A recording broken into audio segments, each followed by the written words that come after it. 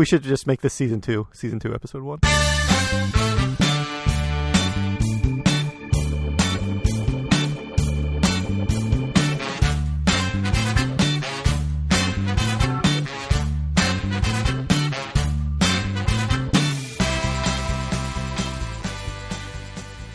Howdy, it's Tuesday, April 8th, 2025, and this is episode 251 of Due for a Win, the Atlantic City podcast. I'm Kyle Askin, joined, as always, by Craig Stone. What's good, Craig? Math. Specifically the fact that I am not good at it. I guess that's not good. But last episode, I said that if we kept recording at the same pace, it would take 3,000 some odd days. You said July 20th in some year, right? Yeah, 3,408 days. From episode 250 to episode 500. Mm-hmm. But that's counting from episode 1, not episode 0. And 250 would effectively be episode 0. Mm-hmm. So it's 3,408 days from now. Oh. So we'll be in August? Yeah, sometime in early August. We got to pick up the pace, man. We need to do it on my birthday. Episode 500 on my birthday. That's what I demand. I think that's a good plan. In whatever year it was going to be. 9 years from now? 10 years? Yeah, 9. Yeah, between 9 and 10. A podcast that I listened to posted that they're moving their publishing days to Monday instead of Thursday because they have a bunch of data saying that if you post earlier in the week, you get like a longer tail on the listens and you get more listens. And I got stressed out about it for like 5 minutes because I almost always post on like a Friday or a Saturday. Friday night? Yeah. And then I was like, wait, it doesn't actually make any difference to me how many listeners we get per episode. This isn't monetized in any way, shape, or form. Yep, and that's always a good message to put out. That's what the people like to hear. Hey, listeners, do you know what I don't care about? Yeah. Please keep listening. Great, what's good, Craig? Yeah. I mean, I could wait until Monday to post this, but that's 6 days away. No. I think you should post it as soon as you're done editing. I think it's fine. Which, coincidentally, will be Monday, April 14th. I mean, there's a world where if we're consistent enough to, like, have a regular posting day, it's probably is of some benefit to stick to it, but we just don't record regularly enough, I think, for that, so. Yeah, I mean, I think we're generally every 2 weeks. It's just not consistent if it's early in the week, late in the week. Every 2 weeks-ish, yeah. Yeah. Sometimes it's 1.5, sometimes it's 2.5, yeah. Who knows? We have an Always Once Never here. Mm-hmm. Inspired by some news. Do you want to do the news first and then go into the Always Once Never? I think that makes more sense. Yeah, let's do it. So the news is that Golden Nugget has announced a weekly seafood buffet, Fridays only, 3 to 9 p.m., starting May 2nd. How psyched are you for a Friday night seafood buffet? I don't want to cast aspersions on anyone, but the Golden Nugget Seafood Buffet would make me a little bit nervous, just as the massive outdoor seafood buffet outside of the Showboat also gave me a bit of a weird feeling. I'll say my aspersions at both are the same, which is, if you have a buffet, I think, I'm not a restaurateur, the main factor influencing the food quality is probably turnover. Just like a pizza place. You don't want all your slices sitting there, and you definitely don't want your shrimp and fish. Agreed. Sitting out for hours. You need to get that out. And I'm sure, all of that's like operations management, right? Like you're figuring out how much to cook at a time. Well, that's probably why they've decided to do this for 1 day a week when they think it'll be the most busy. Yeah. Partially. I mean, also the fact that it would be the most busy makes it the most profitable, too. But I think it's probably part of it. Yeah, so I'm nervous because I know Golden Nugget is not the most heavily trafficked casino in Atlantic City, much like the volleyball courts next to the Showboat. Is not the most hoppin' restaurant space in the city. I take it back. I would much rather eat at the Golden Nugget Seafood Buffet than the volleyball courts. 1,000%. I think this is cheaper than the one by the Showboat. It's way cheaper, I think. I think that one's like 65 or something. It was high. It was over 60, I'm fairly sure. So this is $49.99 per person. If you want to add crab legs, which I can't speak to that for the Showboat one, I don't know. Maybe they were included. It's an additional $10 per pound. Oh, that's gotta drive the olds crazy. They want their crab legs included. Exactly. So that's what I was going to say. Every 2 weeks or so, there's a post in the Facebook group that says, where can I find a buffet with crab legs? And I don't think they really exist anymore in Atlantic City. Certainly not included. I do remember the old days. when I was a child. And like every buffet had a crab legs. Yeah. I don't remember buffet crab legs, but I remember going to Captain Jerry's right by your house, which I don't even know what it is now. That doesn't exist, surely, because I've never heard of it. No, it's been gone forever. It's right by the bowling alley, which also closed. And they had all-you-can-eat crab legs, and that was a good time for everybody. If it's the bowling alley I'm thinking of, that actually just recently closed a couple of years ago. Correct, yes. That bowling alley very recently closed. Mm-hmm. The Shane sandwich shop in the parking lot just closed. That's also closed. Yeah, it's a pupuseria now, I think. So the Captain Jerry's is a little structure. Why are we talking about this on the podcast? Nobody cares. People care about Laurel, Maryland. It was the little structure in the parking lot with a big circle logo on top of it. That whole shopping center is a little bit run down. I get pizza there every Monday because they got buy one, get one. Is the pizza store what used to be Captain Jerry? Yeah, maybe. No, it's not a standalone. It's in the strip mall. All right, so segueing directly from Laurel, Maryland segueing from the Golden Nugget Seafood Buffet into our Always Once Never, the topic is buffets. And I'm trying with Always Once Never to have them somewhat relevant to the episode. And so for this one, I've got breakfast, dinner, or seafood. Okay, so by the way, if you guys have Always Once Nevers, please send them in to us if you want this segment to stay around. But in terms of this specific one, which I think is a good one, for me personally, I don't want to go to a breakfast buffet. Like, what's that do for me? In breakfast, don't need like this humongous selection of a billion things or whatever. All carbs, baby. I would rather do dinner or seafood. I mean, I think if it's a high-quality buffet, like, seafood's got to be the winner, right? If price is equal, sure, but typically the breakfast buffet is significantly cheaper. I mean, I remember 10 years ago when you all went to the Wynn brunch buffet or whatever, and it was like $60 a person in 2012, and I was like, Jesus Christ. I think it was $50, yeah. Now that doesn't seem so bad. Yeah, now it's like, oh yeah, of course, because it's the Las Vegas Strip. But back then, it struck me as, like, outrageous. Yeah. We did the breakfast buffet when we stayed in Cosmo, and that was pretty good. That was good. Mm-hmm. I like breakfast buffets. I would probably go breakfast buffet always. I just would rather go to Gilchrist, honestly. Yeah, that's true. We don't even have these options, so it's very hypothetical. Right. Nowhere has a breakfast buffet in Atlantic City, right? Not that I know of. I don't think, because I'm pretty sure like Borgata's buffet doesn't open until later. My thing with the breakfast buffet is you eat a ton of food and then you don't need lunch. You can just skip lunch and go to dinner. If I eat a ton of food at dinner, then I just don't feel good for the rest of the night. The argument, I guess, for the dinner buffet or the seafood buffet is that you need to eat less food to get your bang for your buck, even if it's like $80.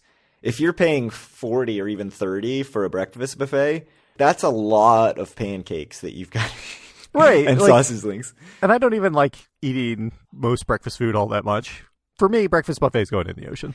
See, I really love pastries. I mean, like, it's fine. So... If it's a very low-quality buffet, breakfast buffet's fine. Like, I've stayed at many Hampton Inns or whatever, and, like, they're offering to get, like, cereal and, like, a couple Danishes and some sort of, like, pancake maker and, like, a bowl of soggy bacon. Yeah.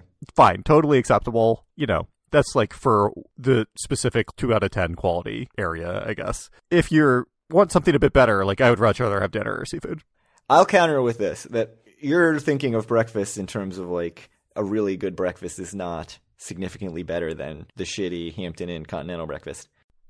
Yeah, I think it's pretty marginal. I will agree with what you're saying. I think if you get, like, a good waffle bar, I really like pastries. Yeah, I'm not a sweets person that much, really, and breakfast, it's, like, half sweets, I feel like. Right, so I would just gorge myself on fancy Danishes and stuff. I mean, I'll eat the cheap prepackaged Otis Spunkmeyer muffins and, like, stuff at the Marriott, but I would rather have very well-crafted, nice Danishes and cinnamon rolls and like a good waffle station with multiple things to put on it. Yeah, but you can just get that without spending any time by going to the Borgata Baking Company and just getting one. That's the thing. Like, you can have this high quality breakfast food you say that you want with zero time expenditure. Unlike nice dinner, like, to get a nice dinner not at a buffet, you have to like go and like sit down for an hour and a half and like twiddle your thumbs, and it's a much bigger outlay of time. I think that the time could be time well spent. I think it could be a nice time.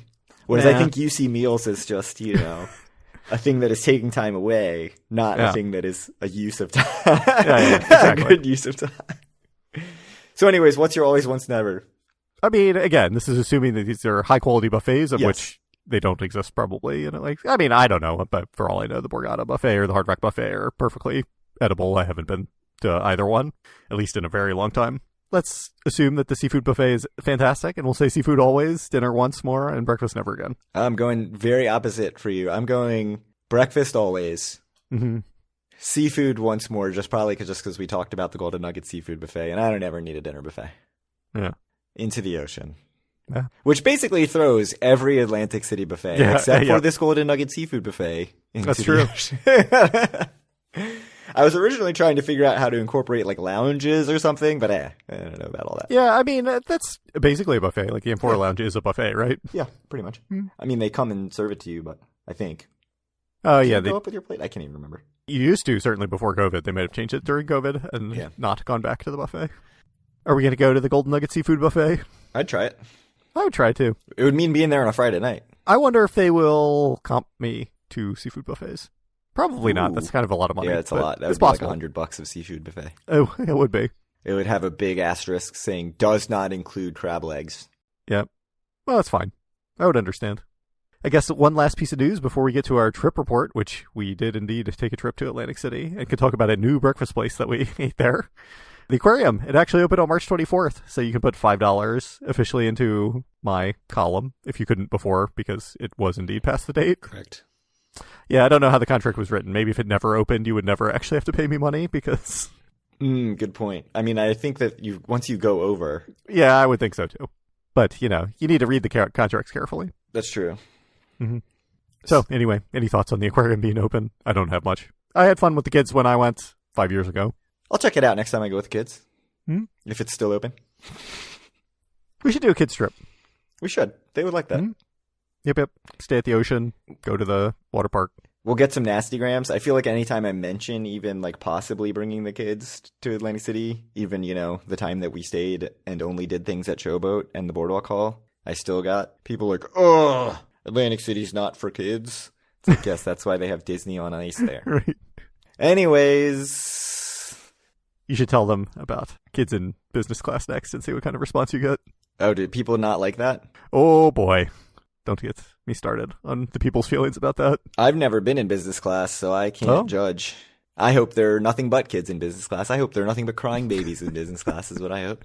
The people have strong feelings. I believe that. Yeah. So we went on a trip to Atlantic City. It was less than 24 hours. We did. A good trip. We did some different stuff. You were in a Bally's Tower renovated room. Finally stayed at Bally's. Finally stayed at Bally's. What did you think? First time in the Bally's Tower for, I can't imagine how long it's been. So we recorded a podcast episode in a Bally's Tower room, I remember, but I think that was your Bally's Tower room. That sounds right. I don't know the last time I stayed in the Bally's Tower. It probably was like 15 years ago. It was nice. It was very nice. You went up there. We watched at least the first 3/4 of the Maryland game there. I thought it was like very nicely renovated. I thought it was a really nice room.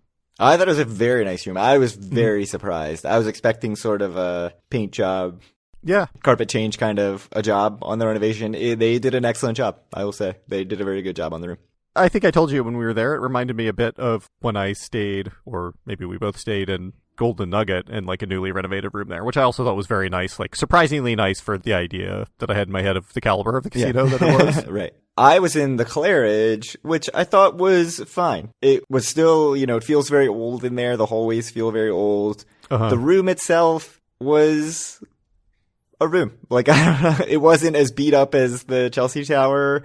It does feel old, even though it's got newer furniture than the last time we stayed in the Claridge Tower pre-podcast. But much better than the last time we stayed in the Claridge Tower room. But it was extremely old. I mean, like some of the finishings and stuff reminded me of the Chelsea Tower. Yeah. Without the downsides of the Chelsea Tower. Yeah, like no water spots on the ceiling. It felt clean. Yeah. It's not like every time someone closed the door that the tower was going to fall down. Right. So it was a fine room. The bed, I would say, was not the most comfortable bed I've ever slept on. For whatever I paid for it, $40. It was pretty good. $69 after taxes and fees. So, for a summer weekday or something where if I can't get comps anywhere, I could see checking Claridge, but I don't think I would go with my family and stay at Claridge. No. Yeah, definitely not. I think it's like totally fine if you're someone who's by yourself and One weird thing about the Claridge is you just get this vibe, especially if you do the walk from Bally's lobby through the walkway to Claridge. Like, you go by this arcade that's always empty, but open. But open somehow. You can go to the elevators without ever going to the lobby, or you can cut through and go down to the lobby. And, like, there's no one ever in the lobby except for, like, a worker with his AirPods in, listening to music, who can barely even be bothered to check you in. As I went to bed, I was like, oh, I could really go for, like, some Reese's Cups out of this vending machine. And it's, like, a cashless vending machine, but then the card reader thing was offline. Oh, I'll have to say about Bally's, when I don't know if you remember, but I left to check out the vending machine because I was thirsty, and the card reader was also not working there. It wasn't offline, it just wasn't working. So, and yes, it did not take cash at all. So, but yeah, I mean, everything about the Claridge experience sort of oddly felt like no one ever goes there. Except for the view, I mean, which we'll talk about in a bit. It was quite crowded, surprisingly so. Well, why don't we just jump to the view? We went to the view in the evening.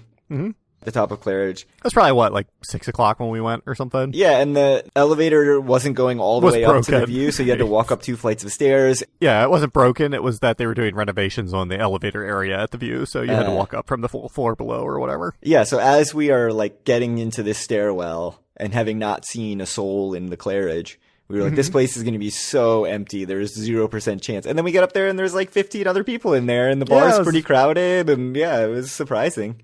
Bunch of people. The drinks were ridiculously cheap, as I recall. Yeah, happy hour drinks, very cheap. Very, very enthusiastic bartender. He was funny. Yeah, he was very into his job, I think. Yeah. Although I will say we ordered nachos and got chips and salsa. They were good. They were good, like very hot chips. They probably just threw in the toaster oven or whatever. Yeah. I mean, it was like, what, $4 for chips and salsa? And my beer was drinks. $2, I think, because it was a keg they were trying to tap. Oh, yes, you're right. It was the Cold Snap. It was Cold Snap. Yeah, Cold Snap. And they're like, we need to get rid of this keg, so it's $2 until it's tapped. And I was like, yes, please. Yeah, and I got some sort of old-fashioned, I think, that was, I don't know, $10. Like, stuff was pretty reasonable. I think the happy hour, there was some $3 drinks, but for them trying to get rid of this keg, it was $2 until it was empty. Yeah, I'd say sitting at the bar when it's still light out and you can see and get some of the view from the bar was actually really cool. I know we were kind of down on the view before. Admire the Bally's Tower and all of its splendor. I'll say that you were 100% right the last time we talked about the view, about the hockey boards obscuring the view. Oh, that's really ugly. Yeah. Like, they have plexiglass that's just really dirty over the fencing. I mean, it's shorter than you are, so you can see over it. But if you're just like sitting at the bar stools and looking out to either side, it definitely blocks the view a bit. So you were correct about that. So that was our view experience. Totally fine. Would do again. When we first got to AC and checked in, which, by the way, no charge for early check-in. We both were able to check in early. Same thing with Bally's. So we were both in our rooms by 1, right? By 1, yeah. Yeah, which was nice. We went to King's Pub after we checked in, dropped our bags, walked out to King's Pub. You got a wing basket, right? Yep. We were making the note that the wing flavors names don't seem to align with the hotness level. So I got the Dragon's Breath wings, which is apparently medium, and like the King's Pub wings are the hottest, which I'm like, that sounds weird. That should be the opposite, right? Yeah, like the signature wings are like the signature, hottest wings, yeah. I got the short rib melt. I thought it was fine. I didn't think it was amazing. The fries were very good. Got a beer. You got your Miller Lite in a Flyers cup again. No, I didn't. I got Sam Adams Seasonal, which was $3. In a Flyers cup, though. Your cup was the Flyers cup. I had it in like a Yingling cup. Yeah. Anyways, neither of us were angry about it. And we went to Tennessee Avenue Beer Hall to check it out. Yep. I will say my wings at King's Pub were only okay, I think. So, I mean, it was also dirt cheap, so it was fine. It was very cheap, yeah. I enjoyed the short rib sandwich a lot more than I enjoyed the wings, so. I would go back and try some different stuff. Yep, I would try some different stuff as well. And like I said, the lunch menu is very inexpensive, and all-day happy hour also makes for inexpensive beer. It's not all day, I guess, but it's, 12 to 5 or something? Yeah, I don't know. They also had a chalkboard with a bunch of specials on it that looked good that we didn't try. Yep. Then we went to Tennessee Avenue Beer Hall, sat down, got a beer and a pretzel. Yep. The owner, Mark Colazzo, was there, seemingly doing a bunch of business because they're As far as I can tell, they have not changed anything about the interior or exterior of Tennessee Avenue Beer Hall when they closed in January. I think what they did is overhaul the menu, and then they're also doing a bunch of work with the restaurants next door. So I'm guessing that's what all the activity in Tennessee Avenue Beer Hall was. Do we want to talk about that? I know you wanted to save it for next episode, but we may as well say it since we're talking about Mark Palazzo, that Cuzzies and Rhythm and Spirits are closed and are going to be replaced by new restaurants, which is what we assume Mark Palazzo was talking to people about. I'll say my thought about that is it makes sense, I think, because when Rhythm and Spirits opened, there were not very many places to get good cocktails in Atlantic City. Orange Loop wasn't all that formed, so there wasn't, Cardinal and places like that. So places to go get a good cocktail and a good meal outside of a casino, but still very close to the casinos. It was kind of like Chef Vola, Knife and Fork, Docks, those kind of places. And so adding a place like that was an easy walk, I think was a big deal. And now I feel like there are quite a few places that are good to go get cocktails, like Angeloni's Club Madrid, Cardinal, other places that I would certainly choose to go to over Rhythm and Spirits. So I think Rhythm and Spirits kind of just like reached its natural end in my mind. I think it's probably a good thing to replace both of these things. I'm not sure what the things that are going in are, but I'll get that information for next episode. Yeah, so I've never actually been to either. Rhythm and Spirits isn't really my thing, I think. And Cuzzies, I feel like I was in the mood for a slice of pizza a few times, but it seemed like every time I looked, it was closed like an abnormally high amount of the time. And it's just like, okay. I mean, it was good when I went. So the chocolate place seems like it's going to be unaffected. And Tennessee Avenue Beer Hall is going to be unaffected, but Rhythm and Spirits and Cuzzies Pizza will be replaced by something new. The big thing is that when they first opened Rhythm and Spirits, the idea was that it was moving the Iron Room, which was a very popular restaurant out by Baderfield, and they were going to plop it over here closer to the boardwalk. And they sort of tried a concept where I think like dinner at Rhythm Spirits was the quote unquote Iron Room menu. So I went with my brother at one point, and it was fine, but it wasn't quite the same experience as the old Iron Room. So like the loss of the Iron Room for this I felt like a slight downgrade, but I'm happy to see them, continually evolving the space and doing what they're going to do. Anyways, back to our trip, which involved neither of these places, but did involve Tennessee Avenue Beer Hall. I have no idea what's going on up there. Birds, I think. Probably. Very interesting. Yeah, by the way, Craig got a new dog, so sorry if you hear some barking in the background. Howling. So I guess after Tennessee Avenue Beer Hall, which I have to say, like we ended up getting a couple beers. I don't know what I got, but it was very fancy compared to the Sam Adams that I was drinking for the rest of the trip, and quite good. We ended up getting another beer for free because she poured it by accident, I guess. Yeah. And our pretzel was good too. It was good. Yeah, we just went back to Bally's for a while. I think we gambled for a little bit, which we can talk about maybe the gambling at the end. And then we went to Park Place Prime for another happy hour. Yeah, so I wanted to see a little bit of the Orioles game. I wandered over to the sportsbook at Bally's while you were gambling, and I basically just stood outside and watched like half an inning of the Orioles game. The sportsbook at Bally's was so incredibly dead. It was baseball opening day, and it was the Sweet 16, the Thursday of the Sweet 16.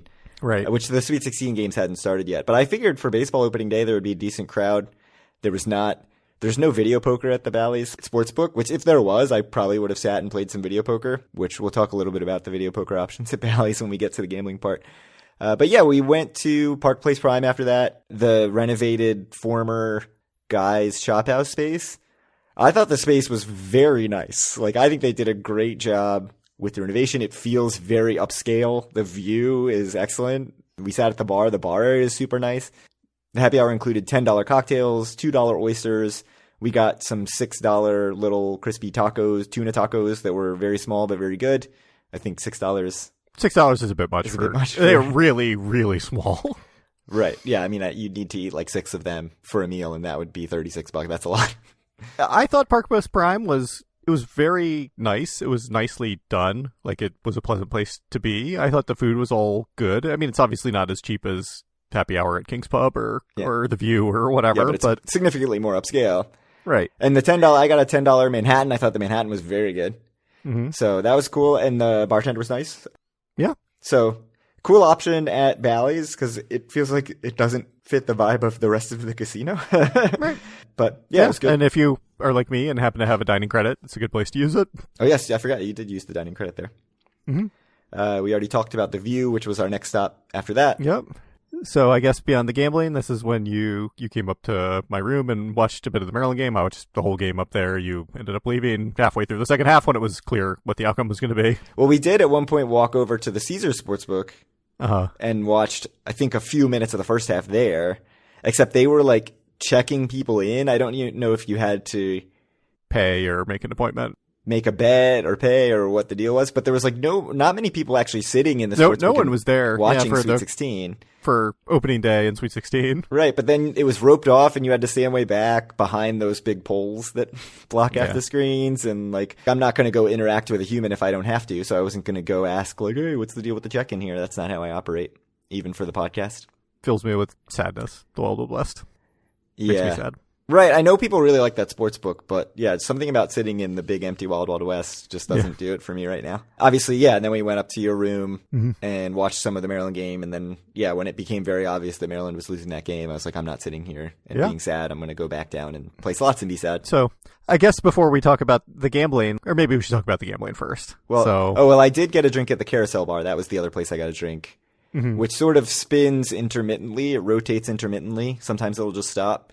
One thing about the rotating bar is you can end up very far away from the bartender to where, you're waiting for a very long time to get your drink. Gotta wait until you rotate back. I got a cocktail. It was one of the signature cocktails, but it had chartreuse in it, which is not in a lot of drinks. And that was very interesting, like very herbal, tasty cocktail. So that was good. The guy was like, wow, nobody's ever ordered this before. So that was interesting. But then, like, I finished that drink and I was like, I could, cut myself off at this point. But then there was another cocktail on the menu I wanted to try. But then I had like 10 minutes to think about it as the bar rotated around to get back to the bartender. And I was like, I'm going to make a smart decision here and not get this cocktail. So I don't know, saved me like $20 and probably some Pain in the morning. Yep. So then I just went back and gambled. So yeah, let's talk about gambling at Bally's. Yeah. How was your experience? My experience was really good in terms that I just won a crap ton of money. So that was nice. Oh, that is nice. That's very different than my experience. Yeah. I started by playing Huff and More Puff, which I've always had terrible luck in.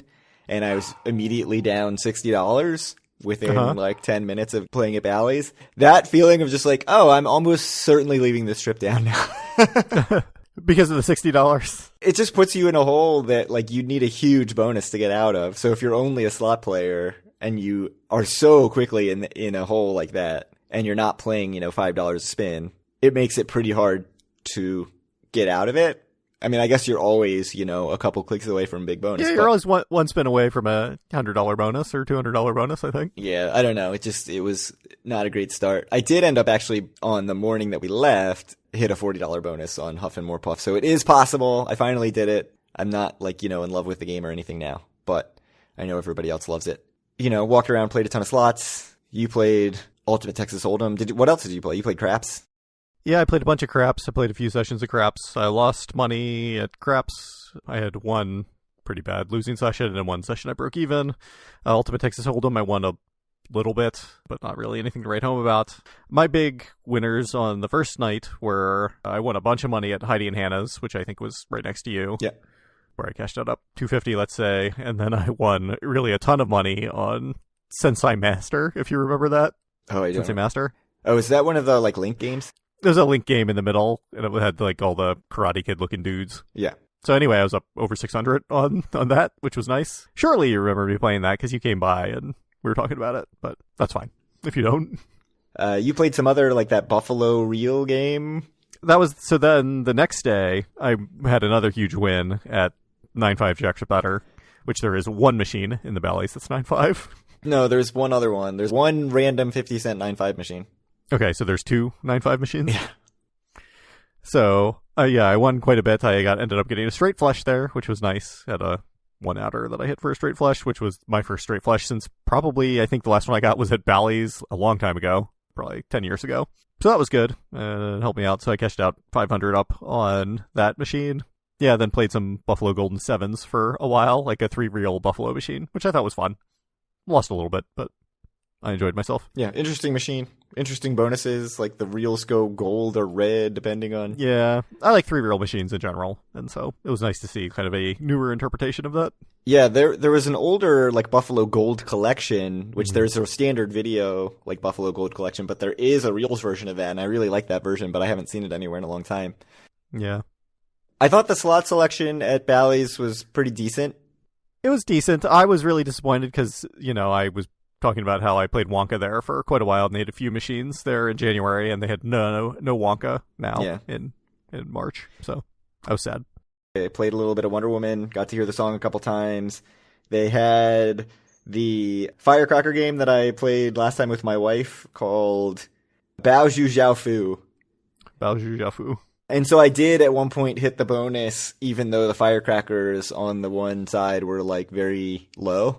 Because the firecrackers mean nothing. They mean the nothing. Firecrackers mean nothing. And as I was playing it, I was like, I know that's true, but like, does anyone actually ever hit them without them being all the way to the top? And then, so one of the 2 times I hit it was one of the firecrackers was only up like 2 rows. Yeah.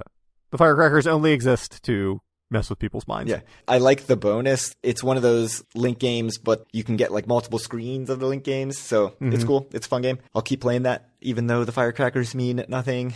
What else did we do gambling wise? I played Zero Table Games, which surprised no one. Shocking. They never opened the Face Up Paigo tables when we were there. It was a Thursday to a Friday.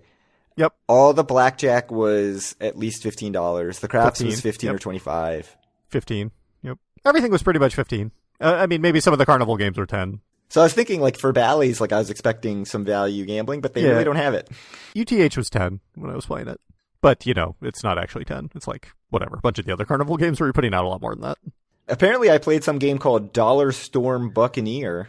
That's good. And hit a $50 bonus on it. I remember. I was standing there. That was another ball game. That was a like link game. Yeah. Which started out, like, I got the bonus with some big balls right at the start. And you always like to get some big balls. Yep. Which usually I feel like if you get, like, that $25 ball, it's like, I'm not getting this bonus. Like, don't tease me with, oh, your first reel has 3 balls and one of them's the major. It's like, guess how many balls you're seeing the rest of this. Usually that means the rest of them are going to be pirates or whatever, and the first reel means you win nothing. And you're like, God damn it. Yeah, I think Bally's really needs bubble craps. It seems like it would fit right in. Yeah, they have bubble roulette or whatever, the electronic right? roulette. And it was popular. Like, there were people at both, I think they have 2 machines and electronic big wheel or whatever. They did have electronic big wheel. That's a weird one. I feel like they've had that machine for quite a while. Yeah. I wish the slot selection was a little bit... I guess I'm just spoiled by how big Tropicana is, because I've been going to Tropicana and they just have, like, so many slot machines, so... Right, Bally's is pretty small compared to... Yeah, like, in my head, I didn't think of Bally's as, like, a really small casino, but when you go from multiple stays at Tropicana, which is just massive, to Bally's, it really feels small when you're not gambling anywhere else. Like, I could have gone over to Caesars, that would have been very easy, I could have walked, wherever, but I just stayed home at Bally's pretty much the whole time for gambling purposes, and by the end of the night, it was like, all right, I've seen all these slot machines over and over and over again. I'm interested to see what kind of offers I get. Yeah, I'm curious to see too. Oh, one thing I have to mention is the parking. I parked at Bally's even though I was staying at Claridge, because parking at Claridge was going to be like $20 or $25, and I was like, oh, surely, I looked up online, it said, oh, you earn free play if you get 10 Bally's bucks, you get free parking. I was like, well, it's probably similar to Caesars, I'll probably just knock that out pretty quickly. I had earned, I think, 2 Bally's bucks. So not even close in a day, a 24-hour period where I played a whole lot of slots. So it is not easy to get the free parking at Bally's. It said it was $10 with a player's card when I came in. When I left on Friday, it was $25, which I thought the city had cracked down on the, like, changing prices thing. She did ask me, like, oh, when did you come in? So I'm guessing that was for that purpose. And she was like, oh, you need the player card. And I was like, oh, well, I have the player card. And I handed it to her. And I still have an old Superstar card from when I matched up. But I gave it to her thinking that she'd just give me the $10 price, not thinking she'd give me the free parking. And then she takes it and she's like, I'm going to give you the free parking, but you need a new card. It's $20.25. And I was like, well, I'm not trying to, like, scam you. And she kept the card, and I got the free parking. So I'll trade. That's good. It's worth. Trade that card for $10. So thank you. I have one more of those cards. I'll try that again. I think that's my general Bally's thoughts. Do you have anything else about? I mean, this was your first Bally's stay in a long time.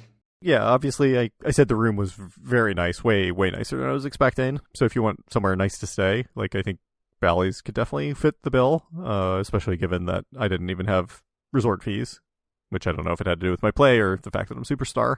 Yeah, to me, I think we had a bit of opposite experience in a few different ways. So, like, I thought they were, like, quite generous with how many points I got. I think I'm basically at their second level of card now, based on points, like whatever's before Superstar. Obviously, I got matched Superstar, so it doesn't matter. But, you know, I don't think I played all that much. But to me, it seemed like they were quite generous. And I think in a way that you thought they were quite not generous. Yes. And I think two things. From obviously our extremely small sample size, it seems like they're much more generous with table games. On table games, right. I did play a decent bit of craps. So, and it's always kind of a crapshoot, as they say, for how you're going to get rated on craps. And it makes me wonder if they don't rate video poker at all. So I'm not sure. Yeah. Or at least like quarter and 50-cent video poker. But I would need to play more to test that out. Yeah, I don't know. I mean, I know, like, you say that Resorts doesn't like video poker players and they don't really rate well. I know Ocean seems to absolutely just hate video poker players, so it's not unprecedented. Yeah, I mean, the other thing that we sort of had opposite experiences, tables versus slots, was you said that the cocktail servers were coming around a lot. I thought the cocktail service was incredible at the tables. They were around every 10 minutes or 15 minutes or whatever. I weirdly thought that it was in the afternoon on Thursday. I saw the cocktail server way more often. And this is probably just confirmation bias because in the afternoon I didn't actually want a cocktail. It's foolish. So I saw them all the time when I didn't want one. You need to do it like me and just front load all you're drinking. Yeah, and then at night when I was playing slots and I really wanted a beer, it was really hard to find a cocktail waitress. I guess they hang around more around the table. They also seem to hit like the same sort of areas of the slot area more often than if you're sort of back in the corner as far away as you can get from the table area. And that's where the 50-cent 9.5 video poker machine is. That machine is not listed on VP Free 2, by the way. You got to just go find it. So if you're going there and you're looking for it, it's like sort of near the Wonder Woman machines along the wall that's as far away as you can get from the tables. So go look for that. Should upload it to VP Free too. Isn't that like a wiki or whatever? I don't know. I'm not doing that. It's too much effort. I can barely even be bothered to edit the podcast. Fair. What, am I going to help other people out? I'm helping them out right now by saying it. What you need to look for, it's a machine where the lowest denomination is 50 cents and all the ones around it have 25-cent denomination. So if you see that one with 50 cents, it's a middle machine in a row of 3. Right. Yeah. Just like the one on VP3 too, which is also just a random middle machine in the other video poker area. So I have to say, leaving Bally's, and even now in retrospect, I usually get some very quick nostalgia and good vibes about the trip. I don't feel the need to ever play Bally's again. I understand that. I mean, I think if you're like more of a slot machine player, and like, you know, you are on record as someone who like does not like resorts for the same reason. You think their selection's not good, and like you don't think you're treated fairly by them for the amount of play you put in or whatever. Like, I think Bally's and resorts are very similar, like along those lines. I would 10,000 times rather stay at resorts and play at resorts than Bally's. Really? What's the difference between the two? Like, why is resorts better? It feels nicer in there. There's more table games open pretty consistently. I will say the table game selection is quite bad at times at Bally's. So the weird thing is, like I said, I played UTH. It was in a little Carnival Games area, I guess, next to a bunch of their blackjack tables. That was open Thursday afternoon, and then Thursday night, like, the whole section was closed. And I'm like, why was there more games open on Thursday afternoon than Thursday night? Their table game situation is far from perfect. But as long as they have their one craps table open, which is not all the time. It just doesn't seem as pleasant a place to play for me.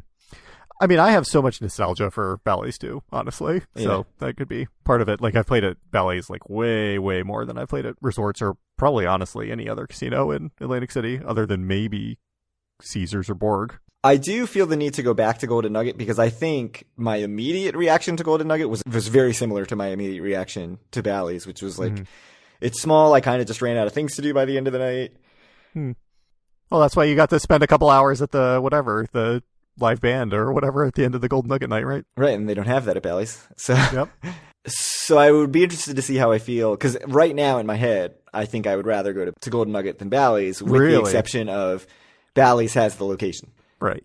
It was very nice to just be able to pop over and go to the View, to pop out and go to Tennessee Avenue Beer Hall. It's a very short walk to that, if we wanted to go to Irish Pub. So I'm not like totally averse to staying. I mean, I doubt I wouldn't stay at Bally's and if I don't want to play there, but Right. I like the location.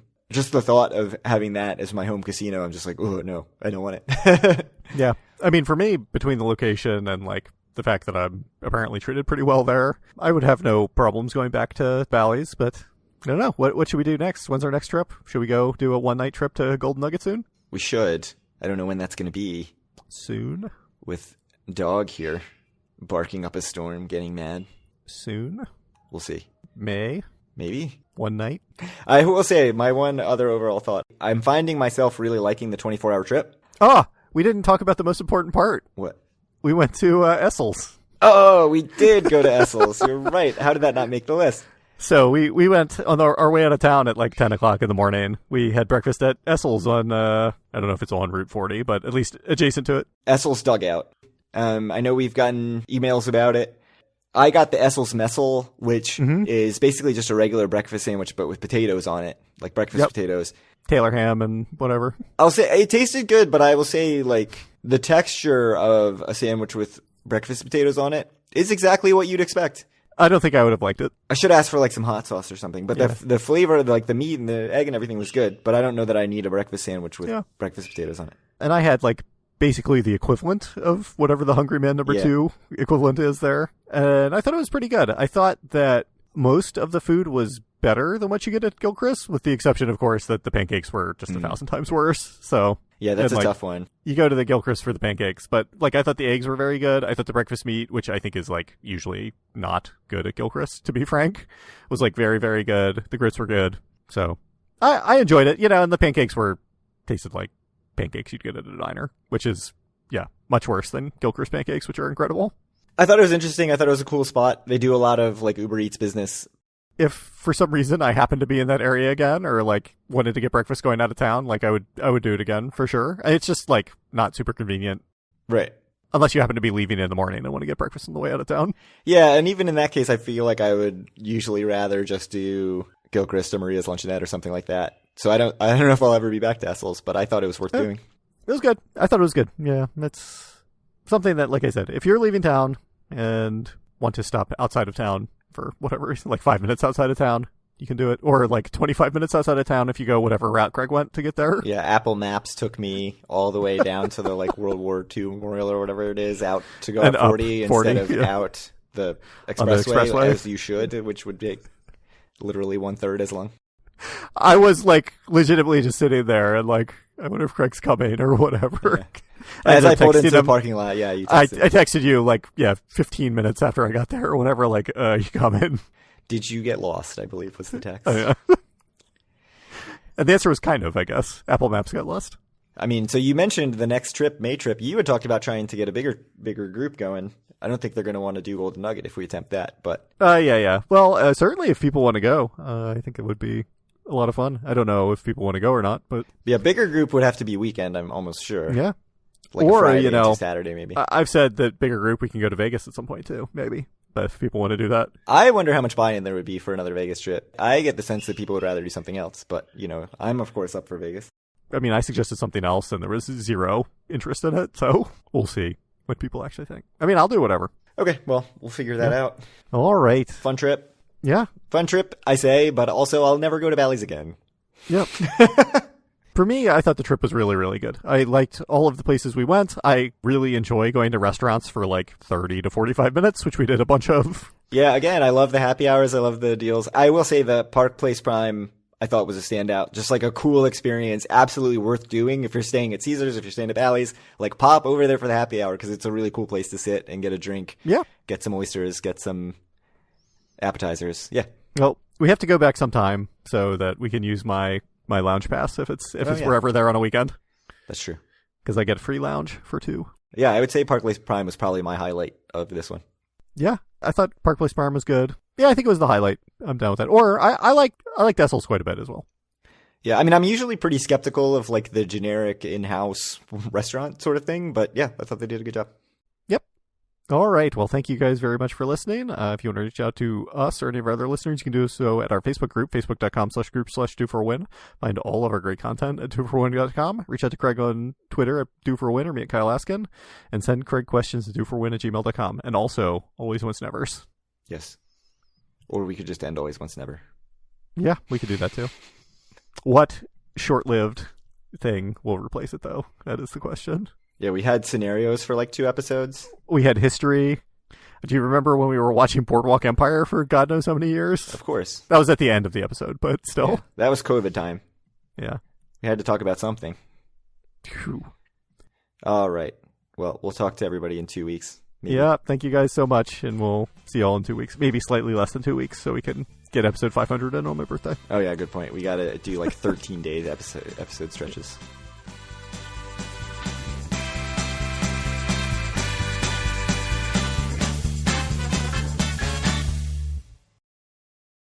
Oh, you won your own pool. I did. Strange how that happens. Am I right? Wink, wink. Mm-hmm.